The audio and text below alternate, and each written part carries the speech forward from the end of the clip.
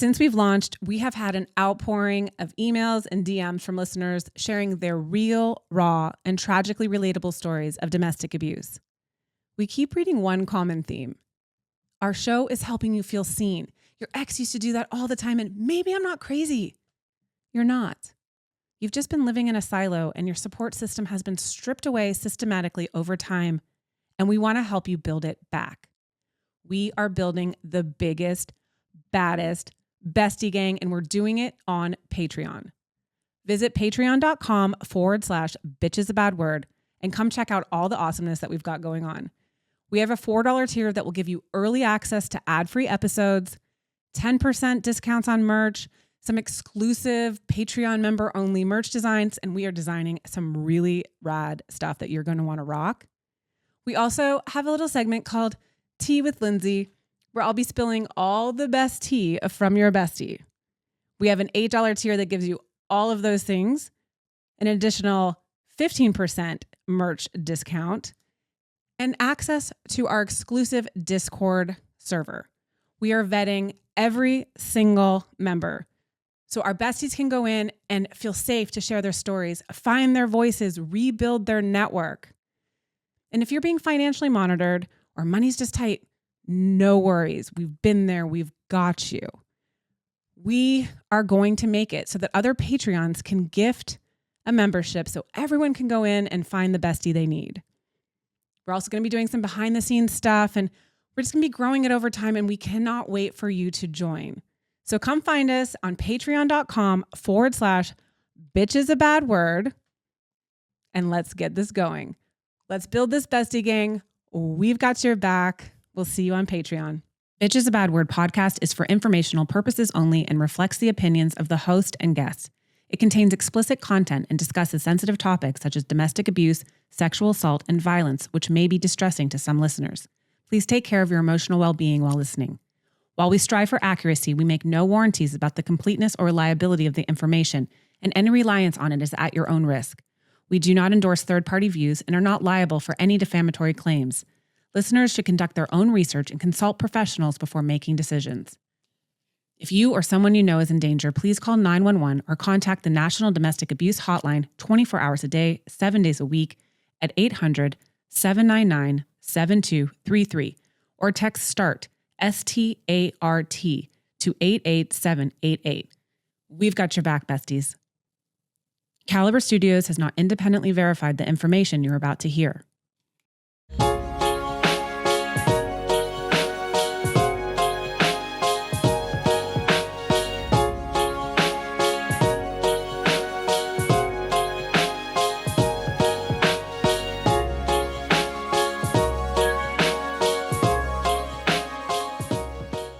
Reality isn't always what it seems. It's what you make of it.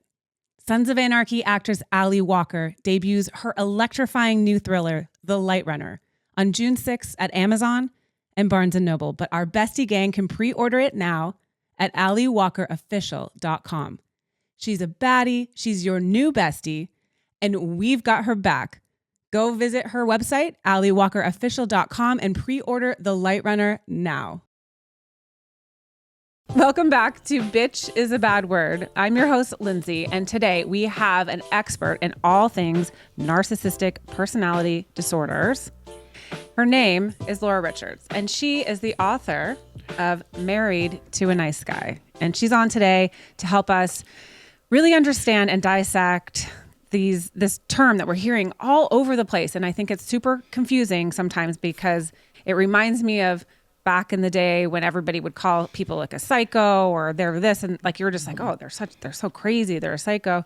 But that's not really the diagnosis. And everybody now is like slinging the word narcissism around. And I think it's getting like lost in the shuffle. It's getting a bad name. And so more specifically, we are going to talk about covert narcissism. So welcome to Bitch is a Bad Word. Thank you so much for joining us, Laura. I'm so glad to be here. Oh my gosh. I found your podcast on Instagram and I was like, oh my gosh, I love this. Let's talk about it. We have to talk about it. I love your Instagram is awesome too. Like, I just think it's so informative. It's really, I like it. that I feel I'm talking to a bestie. I feel that you're just making it relatable. So, I always talk about, I don't have any letters behind my name. I'm from the School of Me Hard either. Knocks. And I'm like, I need to get like the experts. But what I love is that sometimes we become the experts by living in a situation like this. And you're over 30 years married to your man. I didn't expect to be an expert in this. We do not need those letters sometimes because look, like life sometimes deals you the hand. And I'm like, I just wanted to get a divorce. I didn't want to become a freaking expert in narcissism. This is just so crazy. But yeah, I was with him for 33 years until I figured out he was a covert narcissist. And I actually didn't figure that out until after. And we can totally talk about that because coverts, they do that. They like trick you so bad, you don't even realize what's happening to you. Okay. So I want to understand like how a covert differs from an overt or any other malignant. narcissist. Yeah. So sometimes you'll see like a malignant narcissist, running countries, things like that, where they're like in your face. Yeah. They're telling you, I'm so great and everybody loves me and everything I do is great. So they're like serving it up for you, right? Where you're like, God, this guy's a dick or something, like you kind of, the situation. But with covert, they're one way at home and then they're one way out in public. In public, they're the nice guy. That's why I named my book Married to a Nice Guy.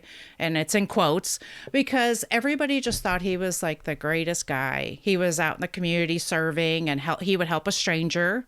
He would abandon his family to go help a stranger, but he would help a stranger and everybody just thought he was so great. And at home, I was begging for crumbs. I was begging for him to pay attention to me, notice me, not call me names. Just they minimize and belittle you so much to the point where you don't know what's happening. It's like a death by 1,000 cuts, right? And then that's what happens. It's a slow drip. You don't realize what's happening until one day you're like, oh shit. I'm in a fog. I don't know what's happening to me. I hate everything. I hate myself. I'm the worst person ever because that's what they've been feeding you forever. And I didn't realize it was happening. The fog is really important because I used to feel like I was like my life. I was looking through a screen door. Oh, I'm like, that's really good. Nothing feels completely clear. And I was gaslit so much that I was gaslighting myself. And there was so he did the job. I'm like, whoa, I'd get back from a situation or a conversation. And every single time I was left more confused. And then if I would go back into the conversation later for some more clarity, my God, I would just be more and more confused to the point where the frustration level is so high that you're like, oh my God, I just what's wrong with me? It must be me. They tell you it's a you. Okay. We say besties, like it is not a you thing. It is a them thing. And they get you into this point where you want to just give up from even having a conversation because you're never feeling clear. Or my ex used to flip it on me and say I was like, you can't communicate and you can't meet my needs. You're not meet. It was always about like me meeting his needs and my inability to communicate. So I believed that. So I can't imagine after 33 years how little you believed yourself. Well, I didn't even want to be alive at the end because you get to the point where, it's like that. Like you give up, even try to communicate. And then they will come back around sometimes and be like, you're no fun anymore. Like you're just so boring and you're just no fun anymore. It's like, oh my God, like you've just torn me down for decades. And it at the end, it was like the bare minimum. He stopped talking to me, stopped wanting to have sex, all these things. It's like, and I'm supposed to just be like, yay, life is great. You're the best, but they do that on purpose. Like the reason that they treat you a certain way and make you confused is so that they're not held accountable for their actions or anything. And so if like, it's so futile to say, like, I'm going to ask him again so I can get more clarity. I did it. I get it. But it's futile because all they will do is throw word salad at you, which is just a bunch of confusing words so that you go, oh my God, never mind. I just don't even want to talk to him anymore because it's so confusing. But that's what they want. They want you to never talk to them. Don't bother them. Why are you bothering them by asking them questions? Like, you're really ruining their day by doing that. And making them accountable. Making them accountable. The accountability component is really big, and because you feel like you're always dealing with a child, right? Like a man child, and you're like, okay, so it's very clear that what you did was wrong. And now I'm learning that saying you're wrong to a narcissist is like, you might as well just be throwing kerosene on yourself and lighting your on fire. And yes. And then being because like, put me out. You can't tell them. No, you can't. And then the other thing, then if this probably happened to you, I know it did for me. If I ever showed him something that he did wrong, or this is how you made a mistake, oh, forget it. He turned it around on me and told me all about all my terrible things that I ever did for all of my life. And that's why nobody likes me and I don't have any friends and anything else like that. No, you don't have any friends because nobody likes him. They don't want to come over anymore. Exactly. They will. I mean, I laugh about it now. Look, we could totally laugh about it now because this is what the besties need to hear is that this sounds like healing. That's what laughing is. That's the healing, because this was not me a couple of years ago when I was divorcing him. This was not me. I didn't even want to be alive. Like, he would have probably just been like, great, problems out of the way. Let's get over to the girlfriend's house. You know, like, that's what they do. And they just want to break you down so that you might leave. Because they do tell you, you're no fun, blah, blah, blah. And that's what he did to me. He made it so bad that I did end up leaving because I couldn't take it anymore. And I had to choose myself. But you leaving, then you're a quitter. Then you're like, oh, like, I left because the abuse was so bad, but then I was the person responsible for leaving and the reason why our family was broken up. Correct. Yes. And then I'm like, yes, that is true. But you're leaving out like the really big piece of the puzzle. That's the thing they don't tell, right? And, okay, so the smear campaign, which is them talking about you behind your back, but the smear campaign has already been going on. So they've already been, I know for a fact because my kids were grown when we got divorced. And I suspected he was telling people he was unhappy, but I wasn't sure. But then my kids like confirmed it later. He was telling people he was in a terrible marriage and that I was terrible and all these things, right? So that when I'd ask for the divorce, he could play the victim and be like, oh, Laura's leaving. She's giving up on our marriage. She asked for a divorce. Yeah, oh my God. That's what he did. Okay. Yeah. Go ahead. Tell it. And this is the thing. You have to get to a point where you don't give two shits that he says that. And I don't. He can tell every story.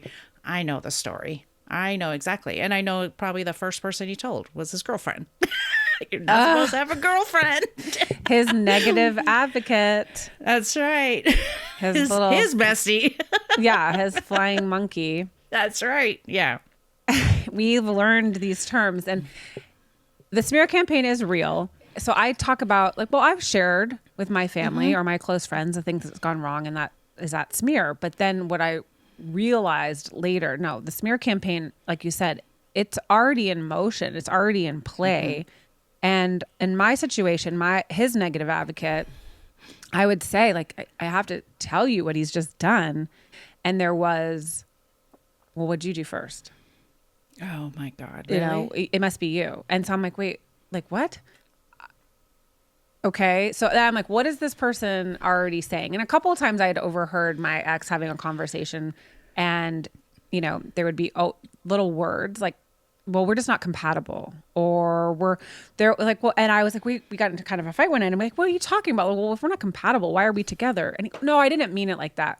So now I'm realizing that he didn't know I was hearing these conversations. So this is stuff he's just sort of putting it out there so that if and when it doesn't work out, these are already seeds planted, right, in the garden of mindfuckery. That's exactly it. And it's like and that's why I didn't stay 33 years for fun. That's how they get in. It's so insidious. It's just a little drip at a time. It's one gaslighting word at a time. It's one confusion at a time. And then not to mention, like we were talking about the mind fog, it's like you're so confused all the time. Everything, you are looking through that screen door where you're like, I have no idea what's going on around me, because every time I try to get clarity from somebody who says they're my partner and they love me, and also he would say that you're my best friend, and then he would say, like, we don't seem like we're best friends ever, and I'd be like, I'm so confused. Are we best friends, not best friends? And Right? so it's back and forth on that, anything to make you unstable. Because look, I was the yelly, screamy, unstable mom. Like, I don't know if you watched the Gabby Petito documentary, but I had to do like a bunch of videos about it, because like with her reactive abuse, which is when you get so mad, they poke the bear so bad. Look, they're poking the buttons. They're pushing the buttons that they installed. Okay, they installed all the buttons, so they know which buttons to push. So I think about that with Gabby. It's like she reacted to him, and I was the same way. I would react in rage when he would treat me so, to the point where he was just not even having to say much, and it would enrage me because I wanted to fight back. Because it's always like, just like saying things, gaslighting me, saying things. I'm like, nothing is happening, but to the point where he makes me enraged. See, you're so angry. You should go get help. Things like that. It's like, it's Look such at crap. you. Look at you. Ooh, look at you. Look at that. Look Look at the way you're behaving. Ooh, Yeah. That's not a good look. It's really unstable. Yeah. You should go I get think help. You're just like your mother. Oh, or whatever. God. Like, Yes. but Listen, let them send you to therapy, because that's where you're going to, that's where I found my voice. That's where you're going to find your voice, and you're going to go, this is fucked up. I need to get out of here. Well, I don't know if you've heard one of our shows, like we were kicked out of therapy and he broke the therapist. He was gaslighting her so much that he broke her, and we got kicked out, and she ran out after us. Oh and my she gosh, I have said, to listen to that. "You'll Oh my never gosh. make it." That's amazing. Did you okay, was this like right before you were like I stayed thinking for, about like, leaving? No. Or Well, we like had to go to therapy because shit was real and hard. And he was like, Yeah. it's a you thing. And I'm Right. like, okay, we're going to go. And I found like the leader in this, like this therapy world, yeah. for what I thought like his issue was, and that I could learn how to help him with Okay. his issue. Cause I could change Yes. myself and Yes. heal myself in a way that he could receive my love. And no, every single time we'd leave therapy, the whole way home, I felt worse. Yeah. We'd get back and he's like, she's a little crazy, and then if she sided with me on a particular session, then she was crazy. Right. If she gave me advice or something to try and I tried it and it didn't work, I wasn't doing the work. So Right. it was a negative sum game. Every single attempt. And you like couldn't it didn't. try. I was like, I don't even like, we've heard from some experts that it's not even like worth it. Don't go to therapy with them. No, Go you're on not your supposed own. to. Sometimes you don't know you're in abuse. Like I didn't realize I was in abuse, but now I understand why every time we went to therapy, it didn't work. Why when we went to couples therapy, it didn't work. He would be like, yeah, rah, rah, I'm going to do it all and be so great. And then we'd go home and he'd treat me like crap again and be like, something's wrong with you. By the end of therapy, usually I was being talked to about like, you should come in alone. You probably should get on meds, things like that by the end. Our last therapist, this was a few weeks before I decided I wanted to go. She told me he was really handsome. And what was I complaining about? Ew. Yeah, ooh. That- Like this is a professional. I'm like, if anyone says that to you, run for your life. Right? It's just like, that is okay. So like, that's the thing. That's the covert, right? So they're Yes. just the Prince Charming. Everybody, nobody can understand it. It's when they met you, that was the mask they wore. Was just Yeah, he was everything. He was doing all the love bombing, which was, we were friends before, so And that was part of the grooming was they do that. They groom the next one, you know, and that's what he did to his new wife is he groomed her right in front of my face to the point where I was like, something's going on, but I'm not allowed to say anything because I'll get in trouble. Like, that's how bad I was in my mind, how bad the mind fuckery was. But yeah, it's that love bombing where they're just like sweeping you off your feet. If it feels like a fairy tale or a whirlwind, no. Like, you got to be careful. It doesn't have to be that fast.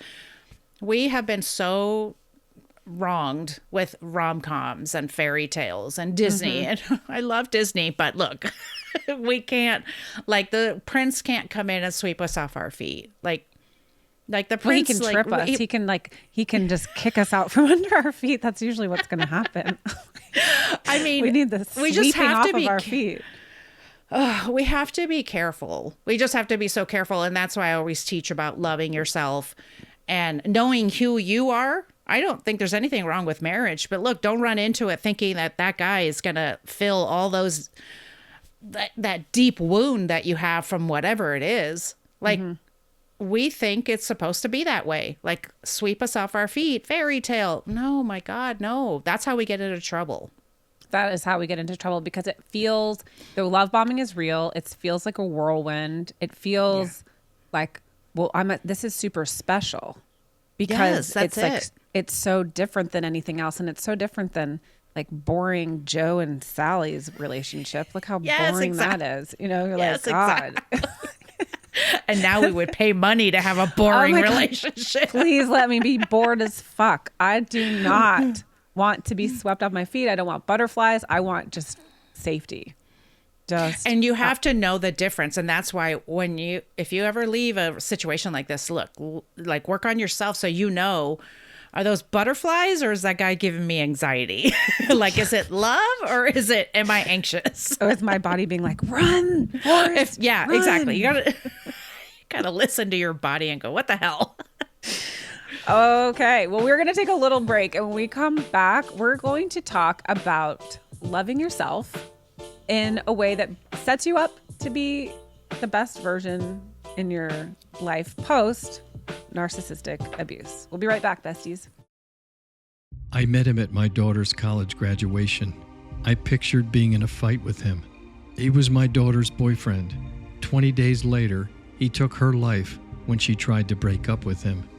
When Dating Hurts is the name of my podcast. I knew I could not bring Kristen back, but believed I could help others who became tangled up in dating abuse and domestic violence. My guests are domestic violence survivors. Who knows more about the toxicity, the entrapment, devious manipulation, the loneliness, the pain and suffering than brave survivors who live to tell about it? Their stories are raw, intimate, plain-spoken, deeply personal.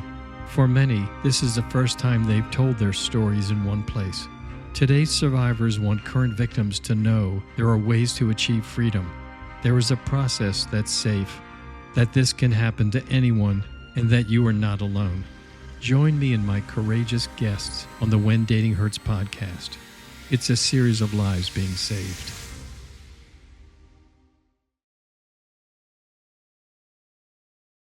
What I loved about your book was how you had your journal entry feeling, and I sort of felt like I was reading someone's diary. And then I'm like, wait, is this my diary? Which exactly. I'm going to say, I'm a little bit skeptical to come on a show like or say or promote keeping a diary when you're with an abusive partner, because they're going to freaking read it. I mean, there's no boundaries, right? And I've experienced this situation with somebody, a friend of mine, who is in a severely narcissistic, abusive, like, marriage, but they're in a divorce. And the diary is being used in the hearing. Wow. Like they're somehow able to, like, subpoena the diary. I have no idea. So I just, like, maybe don't write the diary, keep it in, put it somewhere that they can't access it, because as we know, narcissists love to keep that narc vault full of little freaking gems they can weaponize you with. All of the things that you've shared and like when you were vulnerable and oh my God, this one time. And then they're like, oh my God, this one time, the reason why you're not good at this is because, and then the vulnerability they'll use it against them, you. Right. You're just like, and now I feel even worse. I feel worse about myself. But I love that you're writing as if you're writing into your journal, and then it's very well spelled out for, okay, I can go to this page and be like, future faking. That's like such a big thing. So we'll get back to the book in a second, but I want to ask you this question. So what is, if, we were talking about loving yourself.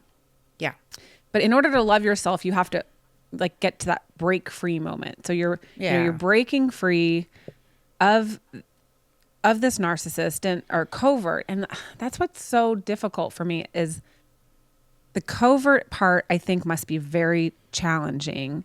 Yeah. And I don't know, in your situation, it sounds like he stayed covert, but they do sort of swing. Like at home, they're like, not covert. At home. No, absolutely not. At home, the mask fully comes off and they are the person that they are. But if you're being gaslit and manipulated a little at a time, like they can do that at home because they can do whatever they want because you're not going to do anything because you've been trained. Don't ruffle feathers, walk on the eggshells, don't do anything, don't question me. Like, you're not supposed to do a thing. You don't have any autonomy. You're just something for them to use.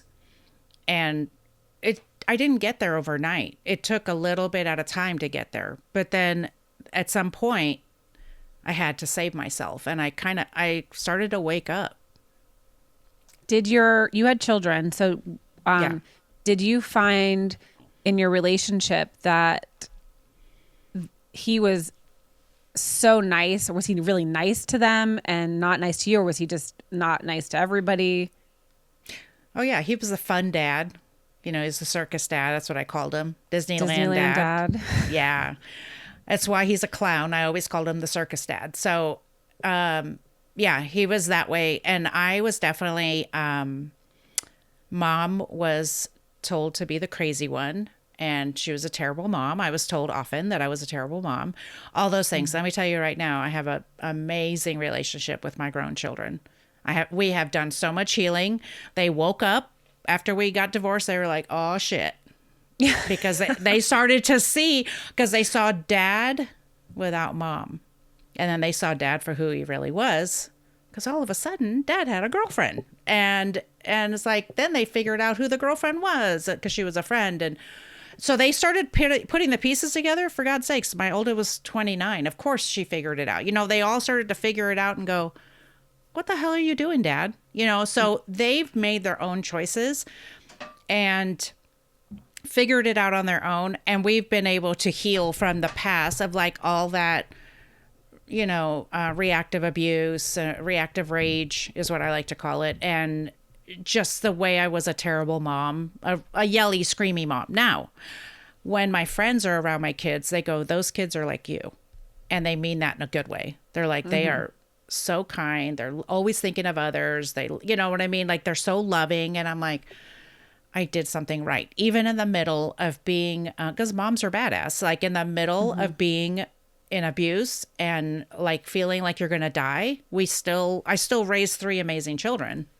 And I don't give him I'd love to hear that credit. because so many besties I bet are listening because I went through this. I mean, and you lose your shit. You lose your shit like because it's a natural response.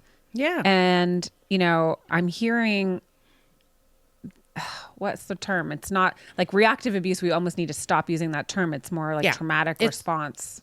It's right. And they call it reactive rage, which I liked a lot better because you are reacting to them pushing your buttons. And so I like to call it that. But yeah, there's got to be other words. Well, and they level up the game, right? So, I mean, eventually I was, okay, you want to call me a cunt one more time? It doesn't bother me anymore. I became so desensitized to the words that he would use.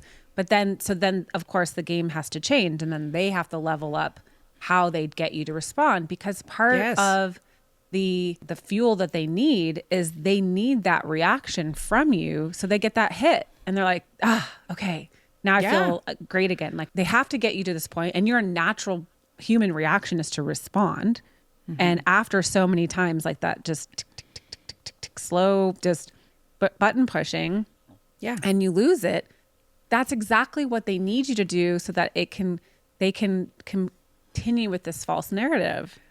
That's it. It's all about that narrative. Yes, exactly. Yeah. And that mom's crazy. That's what I was told in my house. Mom's crazy. You know, mom overreacts to everything. Mom's angry. And it's amazing how not angry of a person I am since I got divorced. You know, I started to notice things. And that's why I know there's a double-edged sword with keeping a journal. But I've kept a journal since I was a kid, you know, having a diary. And so it felt very natural to do that. And the good thing about it was to go back and put it in my book. But I was reading that going, oh my God. Like now with my eyes that I know about narcissism now, I'm looking at the journal entries going, my God, this guy's always been a narcissist. I just didn't know. And that's why I talk about it, because especially with a covert narcissist and everybody thinking he's so great and he's such a nice guy, whatever. It's hard. It's hard to, I would tell people like, I don't know what's wrong, but like, he's so upset with me about this, this, and this. And now I understand it was just gaslighting and manipulation. There's no rhyme or reason to any of it. And I don't even think they know what they're upset at. They just throw a bunch of shit on the wall and like, I'm going to see what pisses her off today. Yeah. And makes her look bad. I mean, just anything, I hate to say it, but if you are feeling like the person who is supposed to be the love of your life will not make you like lose your shit like that, and will also not damage your mental health. Like that's not what it's about. And I didn't know that because I also didn't really love myself, because I spent all my life not really knowing who I was. I didn't have boundaries, all those things. And that's why I talk about that. You got to love yourself enough that you don't put up with any kind of garbage. That will never happen to me again. Like never. One little word is said to me and I'll be like, maybe I'm overcorrecting. I'll be like, bye, but amen. No, like it's not okay for somebody to, and you'll be able to pick up on it. It's not okay for them to be manipulating you, telling you like, why are you wearing that? Like, that's how it starts. Oh, you're wearing that? Oh, it does. You're wearing that to the party? Okay. No, it's fine. It's fine. And then you feel bad. Then you're feeling bad. You feel like shit. Time. Yeah. You feel bad, or they will dog whistle you and compliment somebody else at the party. And tell her, oh my gosh, you look so beautiful in that dress. Well, Laura was going to wear a dress, but she decided on a sweatshirt, so. But you look beautiful in that dress. It's like that kind of bullshit where it's like, is that a problem? Like, you can't walk into a domestic violence shelter and go, he said I didn't look good in my sweatshirt. It doesn't make sense. It doesn't make sense. But besties, right? It is still abuse. Like it is. Emotional abuse is domestic abuse. It is. Yes, it is. It is so important. And it's almost, like we said, it's insidious. It's a slow burn. And it doesn't matter if you have not been physically touched, if you are emotionally manipulated, gaslit, set on fire emotionally, that is abuse. And it's harder almost to, like, I was listening to Dr. Nadine, and she was saying that one of her patients was like, when is he going to hit me already? I would just much rather him just hit me so that I can, say, okay, it is abuse. This is happened. I'm done. Yeah. I'm done. And then he's hit me. Right. And that's hard. And so that's why I want to give people permission that if you feel like you're going crazy, or that you feel like you're going to hurt yourself because of what's going on around you, like, you have my permission to go. Like, you need to save yourself, because he didn't have to hurt me. I would have done it myself. That's the part it gets to. That's how bad it gets. That's how bad a covert can get you. And I didn't know what happened. And that's why I talk about it, because I didn't even know what was going on. And I didn't even know for about 3 months after. I was just like, what the hell just happened to me? What kind of life did I have? I just knew I was so glad to be done with him. But then the bomb was about to drop and I was about to find out about all his lies and betrayals and found out about his girlfriend. And that's when the blindfold flew off. And I saw a video on Instagram and I was like, oh, narcissism. That's what he's been doing. So then I understood narcissism, gaslighting, manipulation, dog whistling. I understood it all. And I was like, that's it. I had a name for my pain. And I just started talking about it. Like, and that is what we say. If you can name it, you can heal from it. So if you understand what you're going through and you can see that you're in this position, that doesn't make sense when you're in it. But then you can start, I mean, as we say, we want to talk about this. And not all, abuse is physical. Not all of it is seen. Not all of it is anything that anybody could look at you and say, oh, wow, you're an abused woman. There's nothing physically on you. Does not mean that you are not in an abusive relationship that you're going to need to leave. And this resonates with you. If you're ever questioning, the answer is yes. And you should go. You need to go because from my understanding, this isn't really fixable. And it's not. Do you want to wait around waiting for someone? Well, and they don't think that they have anything wrong because, like you were saying earlier, like it was all your fault, whatever the situation was. That for me, everything was my fault. Like, I'll tell you that, like every single thing. And so that it's not a surprise to me that he's telling people that I gave up on the marriage. And even my kids are like, how many years did you go to therapy? How many years did you sit in church praying and all this stuff? And it's like, yeah, whatever helps you sleep at night, Dad. It's like, whatever. Like, I don't even care. Like, say whatever you want to say. There is such a shame component to it, but that's why we talk about it, because when you bring shame to the light, it's broken. And when I had so many people who were like, you shouldn't talk about this and you sure shouldn't call it abuse. And I was like, okay, watch me pick up a microphone because this is ridiculous. Like, women are dying. I had so many people come out of the woodwork. Hey, my first marriage was abusive. Did you know that? No, why would I know that? Well, nobody's talking about it. And we need to talk about it. You don't. And that's the thing. I mean, you don't go into lunch and say, like, last night was pretty hectic. I got the shit beat out of me. And then you're like, but guys, you want to come over for a barbecue on Sunday and watch the game? Like, that doesn't happen. It's like, absolutely not. It doesn't. Sorry, go ahead. No, sorry. I was going to say a couple episodes ago, I had a woman on my podcast, and she was a pastor and a pastor's wife. And, he like messed with her all night long because they do sleep deprivation, so she would try to sleep. He'd pull the covers off of her, wake her up, all these things. So she didn't get any sleep. And I said, and you sure didn't walk into church the next morning and talk to your friend and say, God, he was being so rude to me last night and pulled the covers off and he kept me up all night. You're never going to say anything like that. And that's why people don't sit down at lunch and go, yeah, he hit me last night, or he threw my dishes across the room, or whatever it was. Because I want you to know that they can escalate. And if they're punching around you, like the wall around you, or they're throwing things at you, but maybe not hitting you, they want to hurt you.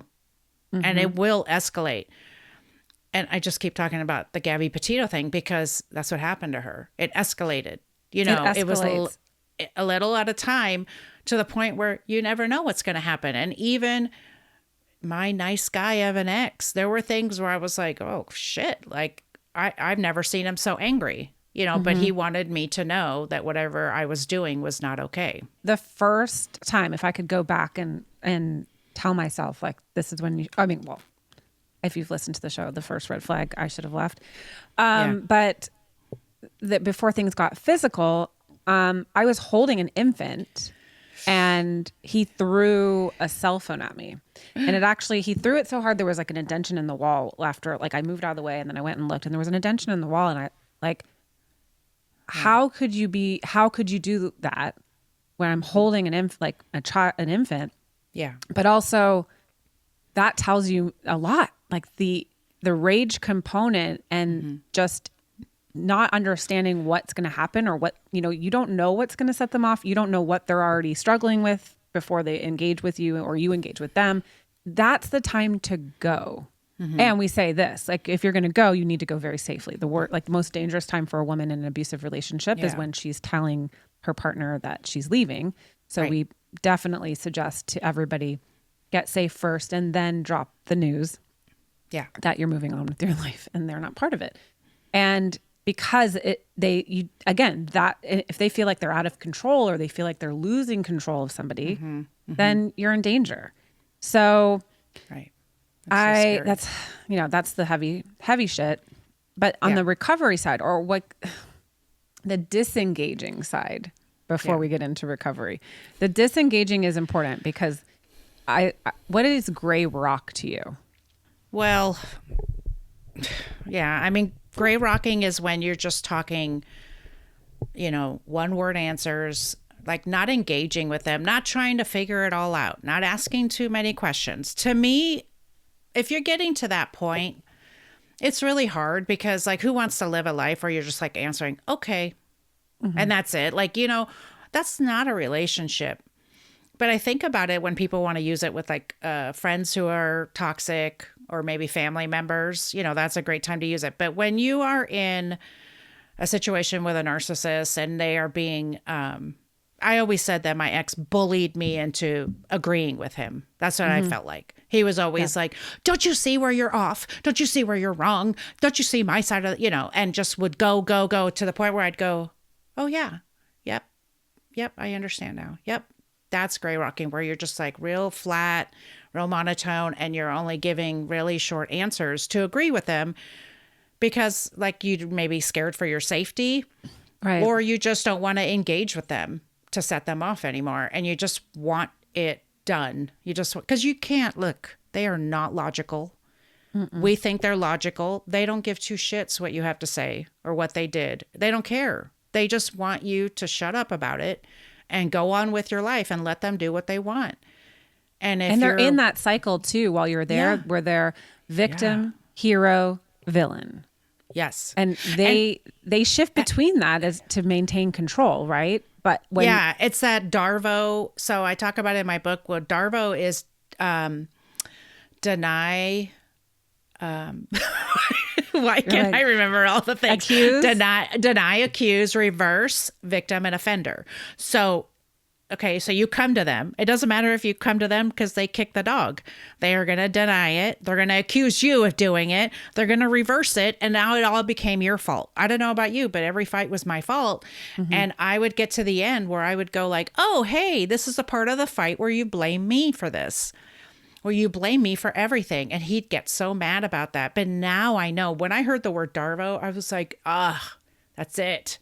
Like, they're also like delusional, but yeah, that's what they do. They deny it and then they reverse it. So it's your fault. And if that's happening to you, like all of these things, you don't need a big traumatic event to happen. No, because I didn't have one big traumatic event. The only traumatic event I was going to have was not being alive anymore. And you have to think about, and we can kind of get into it. Like, I want to say something at the end of like why I got out and why I chose to get out, because I had to ask myself a question to save myself. Ooh, I can't wait to hear this. We are going to take a little break. And when we come back, we are diving into more of the covertness of a narcissist. We'll be right back, besties. Hi, I'm Sarah Wayne Callies, and I played Dr. Sarah Tancredi on Prison Break. And I'm Paul Edelstein, and I played Agent Paul Kellerman on Prison Break. Please join us on our rewatch podcast, Prison Breaking, with Sarah and Paul. We're going to have all kinds of guests and never-before-told stories, so follow us on Apple Podcasts or Spotify or wherever you get your podcasts. And you can subscribe to our watch party on the link there. We can't wait to see you there. And follow us on Instagram at Prison Break Podcast. See you there.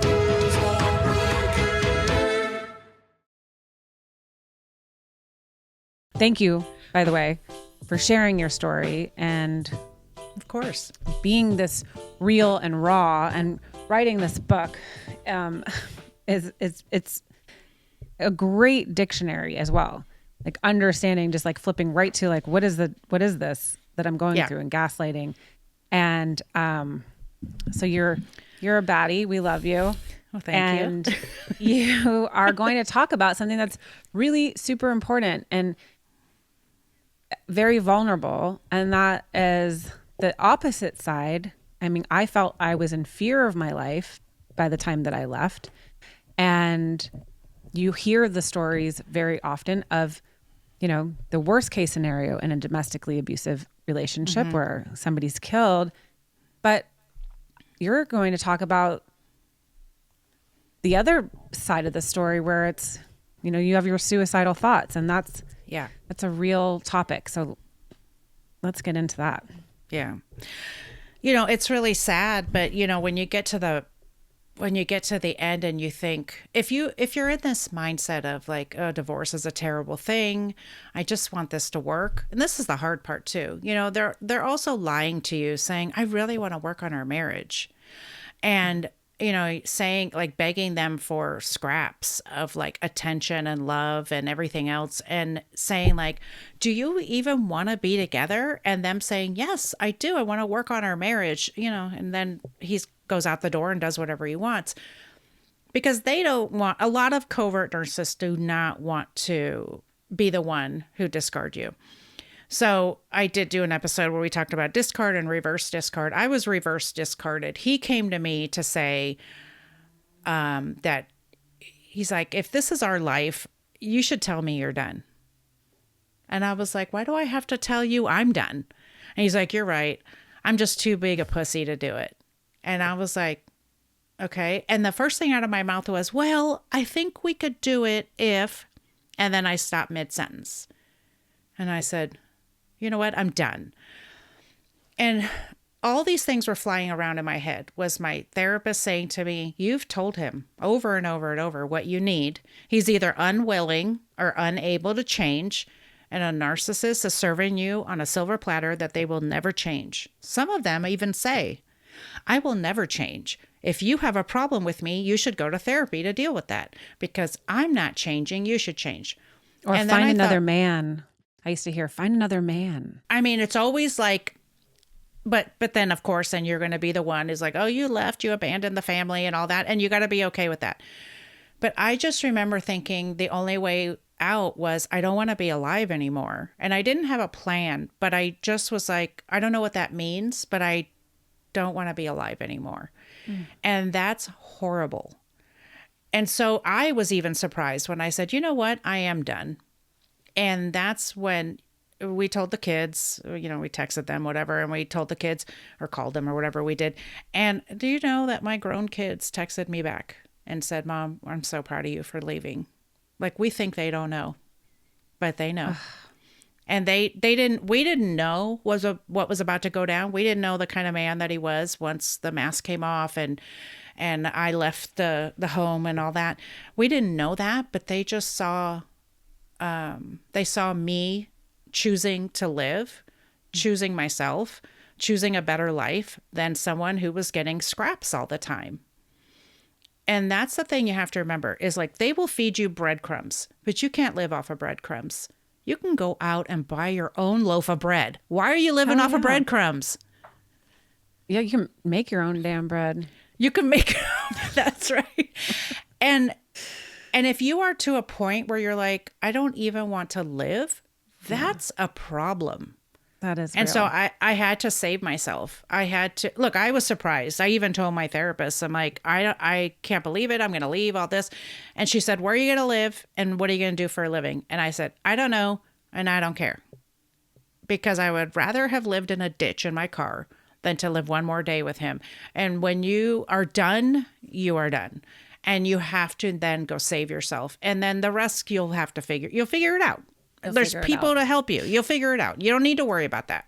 And you've got so many besties around. You know, there's so much there's so many resources, really, truly. Like, if you're feeling in this way, and, you know, we'll definitely share some resources for anybody that is going through any sort of suicidal thoughts or, you know, actions, that there is a better way. There's a brighter future. There is safety for yourself. There's safety for your children. And I really love what you said, because your children, when we think we're protecting them by staying in this relationship to keep up this ruse, we're not. We're hurting them.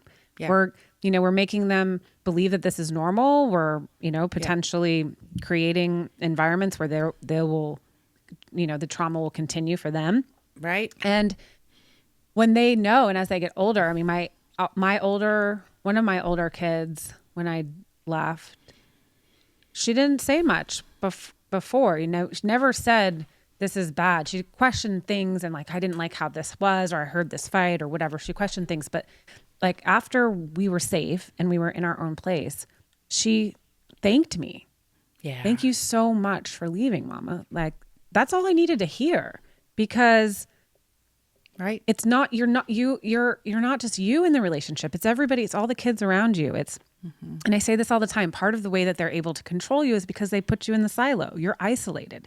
So when you don't see anything for any other person's perspective, but what they're feeding you, and you're living through this screen door, it doesn't all quite make sense. But what I learned on the other side of this, and like we said, we're laughing now. I laugh because I can, but I couldn't before. I mean, I cried. Let's be real. I'm still like a big crier. I cry, but I cried all the time, and I felt shitty about myself, and I questioned myself, and I questioned my value, and I questioned my intelligence and my creativity. I questioned every single thing that before I entered this relationship believed that I was great. Like I really I loved parts of myself. By the end of this relationship, I felt none of those things. I felt like a shitty mom. I felt like a shitty friend. I felt like a shitty wife. I felt like a shitty sex partner. Everything about it was like, what? And I didn't have suicidal thoughts because I just didn't let myself get there. But it didn't mean that I wasn't like super low. Like I felt, I didn't even like, nothing. I didn't care. I was like, well, whatever. That's like, I was completely like apathetic. And then I would do my best for the kids, but then I was like, ugh, and I was tired and it was draining. But to feel that bad about yourself doesn't feel good. And when you come out of it with the help of friends, every friend that left because they couldn't handle the relationship that they were seeing, they came back. My family came back. My kids came back. I'm, like watering the parts of me that had just wilted and were trying to die. And I'm like regrowing, and I'm learning things. Like there's moments where you slip back right into that like thought pattern of, maybe they were right. But I'm really hopeful that someone listening to the show, if you're at a point in your life where you're feeling like your life means nothing, that they've taken this power from you, you are beautiful, you are loved, you're an amazing person. And when you come out on the other side of this, you're going to be better than you ever imagined. Did you have this where like your inner voice was his voice? Like where you think it? Yeah, because that's how much gaslighting they do, is that I would be somewhere going like, oh no, I can't do that because he won't like it, or he I don't think I'm good at that, or he would be disappointed in me, things like that, where he's not even anywhere around, but it was his voice. Like his voice became my conscience, and that's a problem. That's how bad they gaslight you. That they gaslight. And the other thing I've learned too is they telegraph. And I didn't realize this at the time. Okay. Like I was being accused of cheating. Well, I wasn't cheating. They cheated. I was being accused of like whatever with money. And that was what they were doing, whatever with money. So I learned now that like pretty much and I think earlier on the show, a few episodes, I called it like telescoping, and then I was like, well, that doesn't make any sense, but I just went with it. I was trying to figure that out for like 2 hours. I'm like, you're like, what's the word? And I've heard it called like even deflecting, where they deflect off themselves whatever they're doing. They're deflecting it to you. Right. Okay. So apparently the term is telegraphing, and they're just like, they're putting it out there, and it's just like everything that they have done. If they're accusing you of wild shit, most likely they're telling on themselves. They're telling on themselves because they kind of can't, because they're probably proud of themselves, and so they got to tell someone. They got to just like they might as well tell their bestie at home. Right? They're like, I just got the best lap dance from a stripper last night. Wait, no, that was you. Wait, I can't tell you. Did you get a lap dance from a stripper last night? Yeah, I can't believe you. You thought about it though, didn't you? Oh my gosh! How much money did you spend on strippers this weekend? There was so many things that he would accuse me of, and now I think back and I'm like, oh, okay, yeah, I get it. And that's the hard part, is that sucked for me, you know, being 33 years with him, and it's like I was faithful, I was a good wife, and all those things. I look back, but this is the thing: is I'm gonna look back. I have integrity. I know what I did. I know I was a good wife. All those things, right?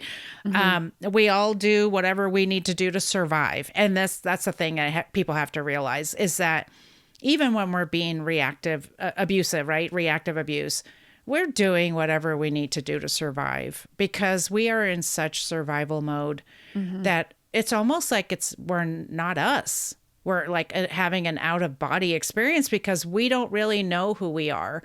I walked around in anxiety and depression and like always on the eggshells. Like, what do I do? Right, wrong? You know, who knows what kind of a mood he's going to be in? What's he going to blame me for today? Things like that. Or where's he at? You know, I don't know how many times I'd be like, where are you? God.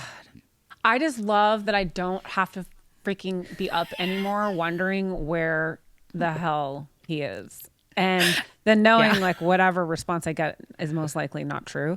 It's a lie. Yeah. It's a lie. But then, like, God forbid I'm home 8 minutes late from PTA function. Yes. And because where have you been? Who were you talking to? Well, you were probably talking to that cute dad. You know, so-and-so's cute. Yes, you're right. That's what I was doing. Yes, we were having sex in the cafeteria during the PTA meeting. That's what we did.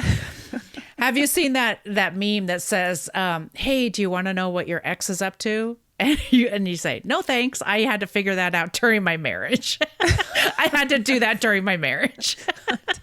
I don't want to know. No. Because most likely they're just doing the same shit. You know, it's a pattern. They're doing it to somebody else, which makes you feel bad because, you know, hopefully they're not. But, you know, the idea is. I want to tell people that it's like you have to go no contact. You have to do this no contact, like when you're done, like, but even if you parent, some people use a parenting app, do not have contact with them. Don't watch their social media.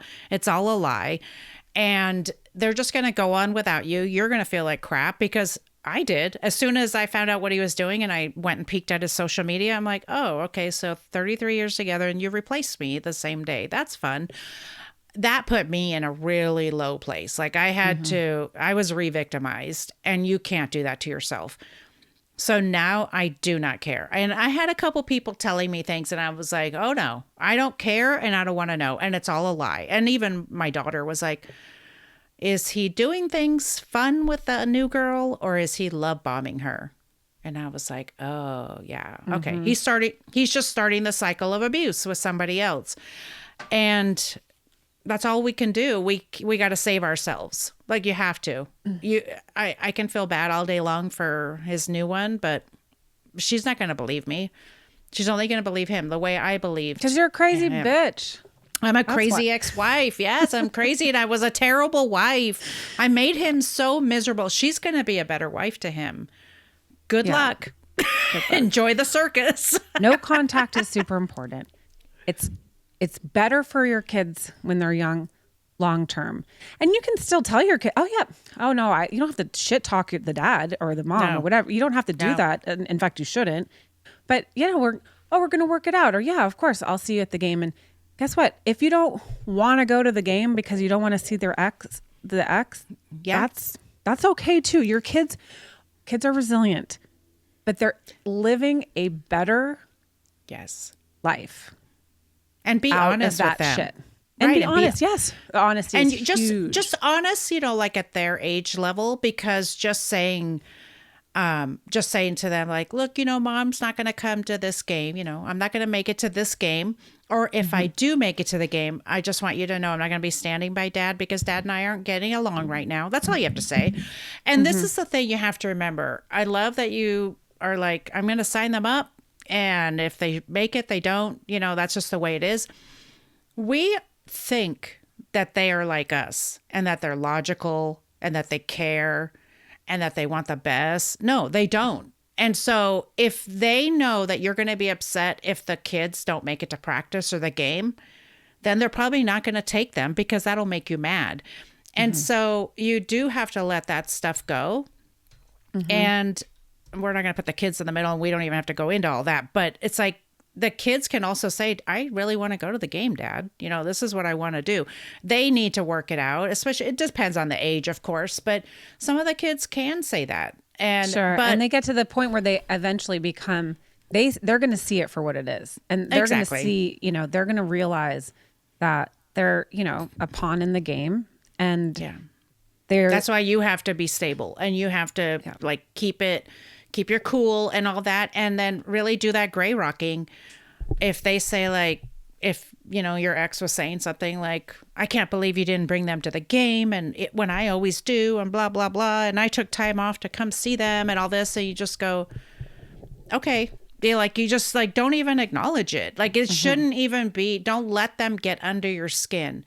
They're going to try and paint you. And also you said something earlier that when they show you like that shitty version of themselves, like believe them, because that's who they always were. They were trying to keep it together. That's why when like with the covert narcissist, he's out in public and he's keeping it together out in public because who he really is the one at home. That's who he really is. And I mean, well, and it's true. And that's who they are at home and even how they are with I think what compelled me to stay for a while too, and we'll probably like edit this back into something earlier, is that I would see how he was with the kids and I was like, oh my God. And I was like jealous of not the children, but I was jealous of who, like, why am I not receiving this? And so then that's when like his voice would come in my head. Well, this is happening because you're a problem. I'm the problem. Yes, you're the problem. And then I realized like later, like, oh no. This was like almost by design. Like I'm going to make you feel bad so that you behave or you do whatever it is I want to do. And there was times too, like he'd love to like go shopping with me. So we'd go shopping. We'd get the clothes and he's like, oh, I love them.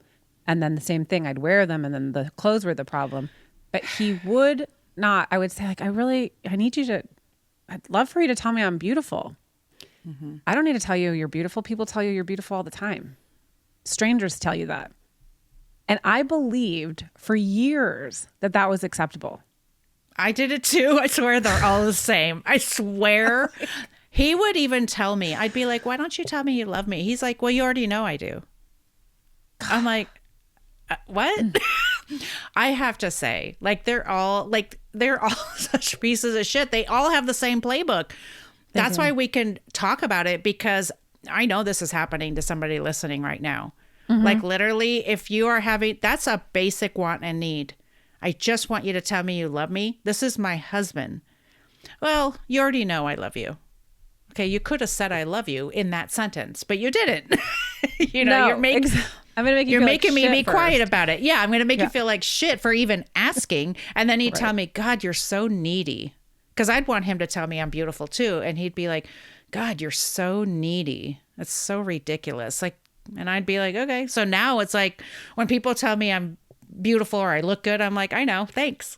Because you got to get to a point where like, I might have been in survival mode. I don't know. We were talking about at the beginning, we were talking about narcissism and that word. And I just want people to know that they don't need a label. You don't need to have a diagnosis. You don't need a label. We don't need to call everybody a narcissist. What we're using the word for is for somebody who has this type of it's a disorder, but I'm not diagnosing anybody. So it is narcissistic personality disorder. But the word narcissist, like everybody can't just go around and say like, he's a narcissist. Look, there's people, the reason I use the word is because I know he is. And also because it helps me to give a name for what was going on.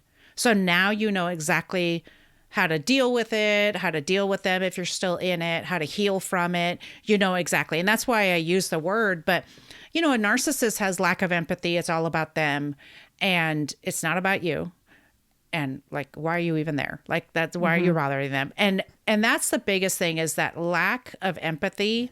They don't care. And don't look at it from the outside, because I loved going out with like friends and stuff because he was so great. He was like the best guy. We were out in public and he like doted on me and stuff, right? Did that happen to you? Yes. You know, like it was so great. And then we'd go home and he'd be like, God, you were so embarrassing tonight at dinner. Everybody was talking about it. It was so, and I was like, everybody? Like you took a poll? like you took a poll and everybody was like, Laura's so embarrassing. Please rate this dinner experience. Please rate my dinner guest. Isn't she embarrassing? You know, and I really believed that for a long time, but that was my low self-esteem. You know, Right. that's why you got to work on loving yourself, because when you love yourself, you don't put up with shit like that. I'll be like, really? And an entire restaurant of people told you that I was embarrassing. But that was just to put me down because he knew he could push those buttons and he could make me feel bad. I would go to bed like so many times. If we went out, I loved it. But when we got home, I was in quote unquote trouble. Oh my God.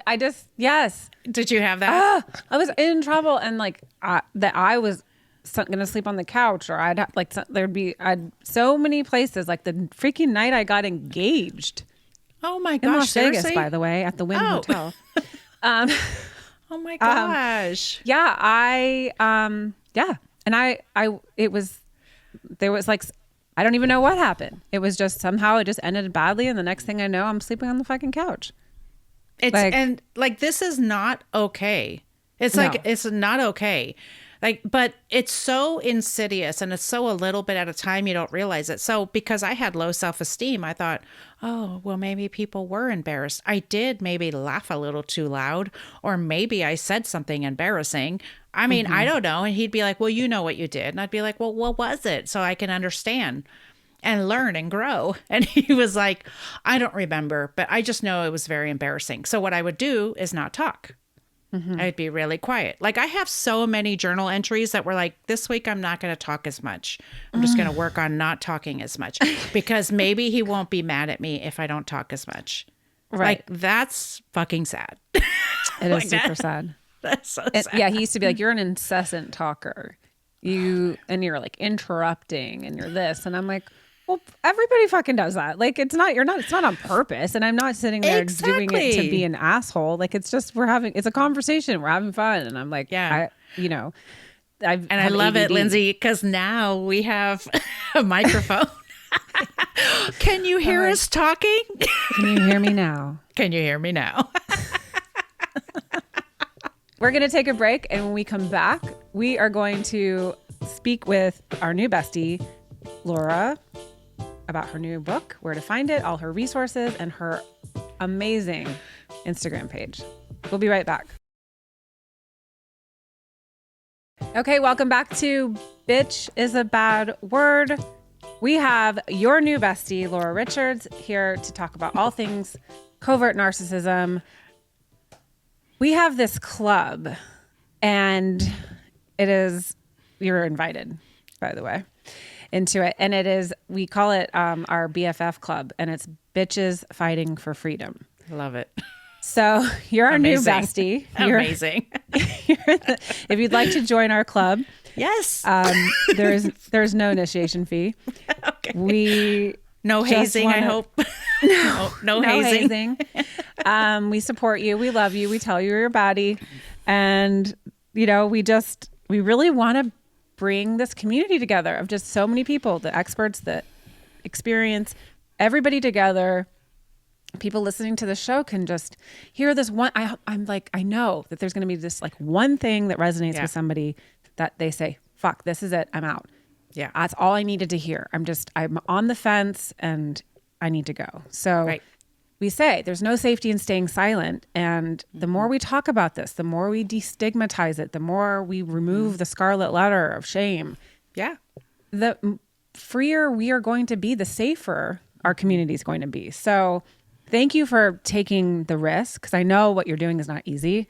I know even just having the courage and to write the book, but even more so to go out and speak your truth it's risky, right? I get it. I know how it feels, and you're vulnerable, but you do such an amazing job on your Instagram page. It's hilarious. You're using your humor to really just bring this message home. And so we're so grateful for that. I love watching all of your videos. So where can our besties find you? So my podcast is called That's Where I'm At Podcast. And so That's Where I'm At Podcast all over all the socials, and that's where I'm at podcast.com. You can find everything. You can find every link. You can work with me. You can join my group. You can do all the things. So anything you want, that's where I'm at podcast.com. Okay. And that's amazing. And your book, Yep. Married to a Nice Guy. Quote unquote nice. Quote, unquote. Lies. Lies. And every time when I came up with the title, I was like, oh, yeah. My publisher goes, we're putting that nice in quotes. And I was like, yeah. Everybody always goes, oh. I love it. Well, it is. if I heard, getting over narcissistic abuse, it's important. You got to get over it, and you got to speak it. And you got to talk about it. Your book is amazing. There's so many resources in it, and it really is like a dictionary of like. Yeah, I shit. mean, I'm so like I was in education for a lot of years, and I love putting all that information in there so people have it. But I just want people to know they're not alone, and I'll walk beside you if you need me to. You know, people can work with me if they want to, if they need me to hold their hand. I totally get it because I've been there. I know what you're going through. So yeah. I'm here to help. You can watch my videos. And the reason I use humor, and I don't even care about it, is I used to feel bad about it, but it's like, if we learn this information, but we're not laughing, then our brain can't accept it because our brain is so like in survival mode. It's so sad right now. And so I use humor to get the good endorphins going so that we can actually learn and hear this information, and it actually penetrates and it actually makes a difference. So, I will say that. I will spend all day long laughing at my ex and his new clown. I will do it all the live long day. And all the flying monkeys who watch me like, hello, I can see you watching me. Hello, I see you. I'm still trying to figure out. I'm like, how are you still what? Why do you give a fuck? I know. That's what's like so amazing. It's just like, I literally like, because why do you care? Go on, just do you. And go on with your life. I know. But so when people say like, does your ex know what you're doing? I go, well, I don't know. And I don't care. Also, yes, I think he does, because I see his flying monkeys watching me on TikTok, because you can see who's watching your profile. And I'm like, right. And if I want to like message them and go, get the fuck off my profile. Like, stop reporting back to the Wicked Witch. Like, leave me alone already. Yeah. But nobody's stopping me. Nobody's saying, I don't say his name. Of course, if you know me, you know who he is, but I don't care. You shouldn't have done what you did. Mm-hmm. And then I wouldn't have to talk about it. Right. Well, and again, you don't speak your name. Defamation only is if it's not true. Right. Oh, yes, exactly. Exactly. Exactly. That's a really good point. That's what I'm like, I don't know what to tell you. Yes, exactly. I'm sorry. I'm just telling facts. That's the thing, as they say, like when you were talking about that, is it, what were we saying about like, if we're talking about it, I don't remember how we I don't even remember how we said it. So we might have to just cut this part out because I don't even remember how we said it. Oh, to name it is to heal from it, or that part? No, I don't remember. So we'll find out. We'll just skip it. Well, we'll just edit it. We'll say it and then we can piece it together. Okay. I don't remember what we were saying, but like that they're talking about us. No, I don't remember, so I can't put it together. Never mind. Now I'm going to be thinking about it the whole day. It was something we said at the beginning, that we're talking about it, and so that it's a problem or something. But it's like we're giving facts. Yeah. We're not talking about something that's a lie. Like, we're giving facts. Yes, it's true. And I have really been trying to feel this way because, what's important is that while you're in it, they really, when you're living in that silo, they don't want you to tell anybody about it. Right. And you don't really want to tell anybody about it because it's like, it's embarrassing. Crazy. Yeah. It's embarrassing. But if you're honest with people, they're going to help you leave. And so there was a lot of manipulation happening in my relationship where if they weren't busy trying to confuse me that it didn't happen or gaslight me that it didn't happen, there was a begging and a bartering and a pleading please don't tell anybody. Oh my God, you have no idea what this is going to do, the effects it's going to have on our family, our community, my life, blah, blah, blah. Yeah. And so there was like a lot of, please be my bestie right now. I need you to help me here. And I'm bad and I did something wrong. And oh my God, like they're like self-loathing is like insane. And then you're like, oh, okay, all right, I'll protect your shit at the sake of my own mental safety.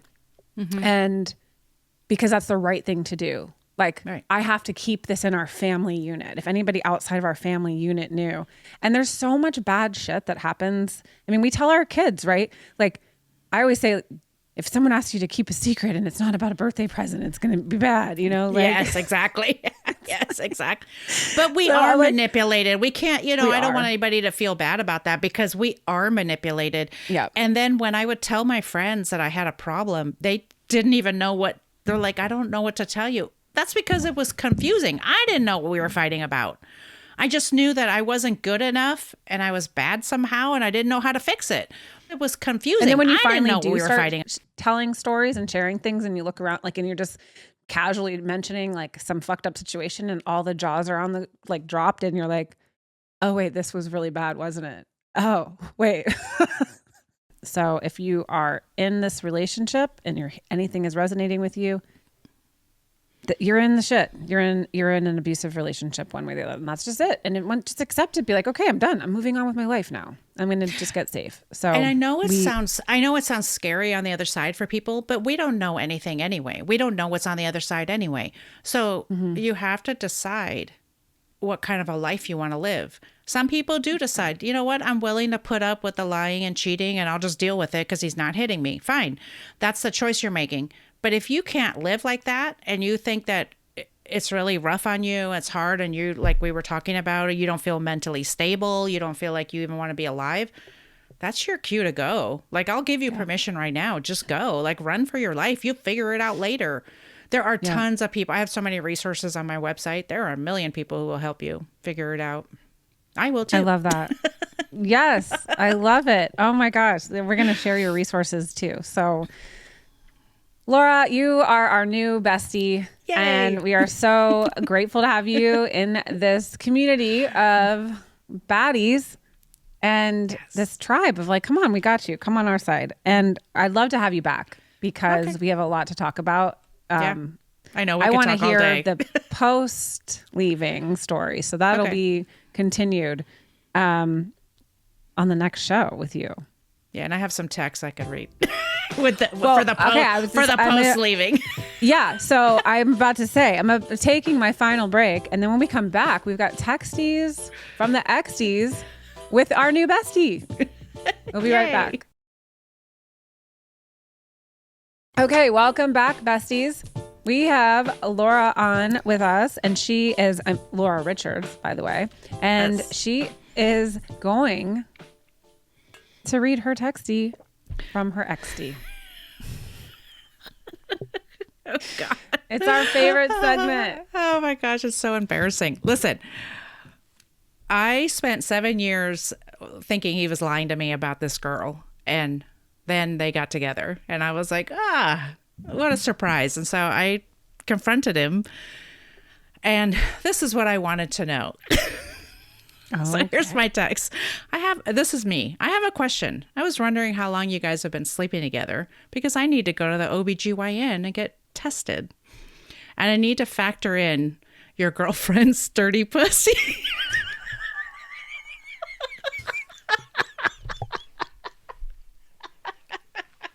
Oh my gosh, cut that out if you want, but that's what I said. That's what I went for the jugular. I was like, I don't even care. And I hope that Siri read it out loud in his car with her in the car.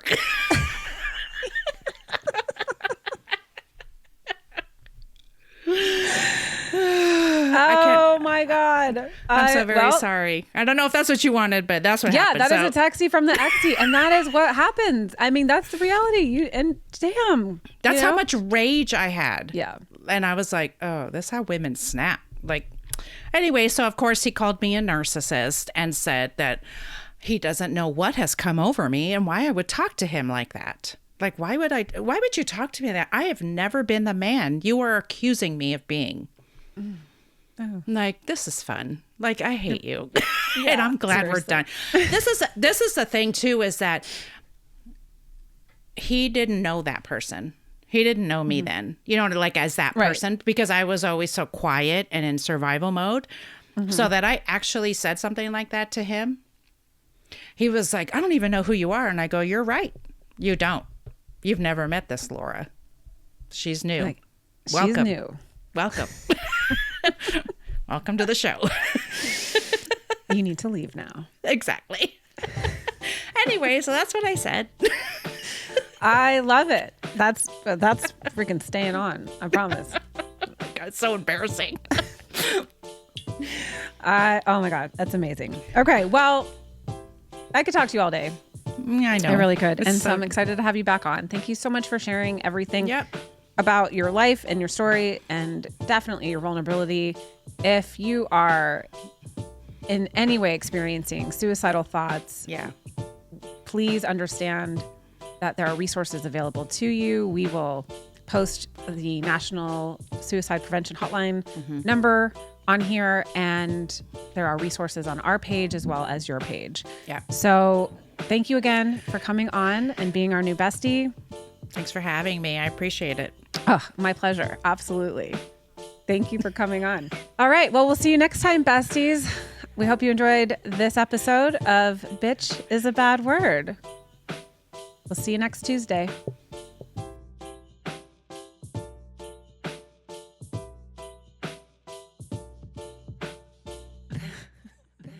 Bitches being bad. Bitches being bad.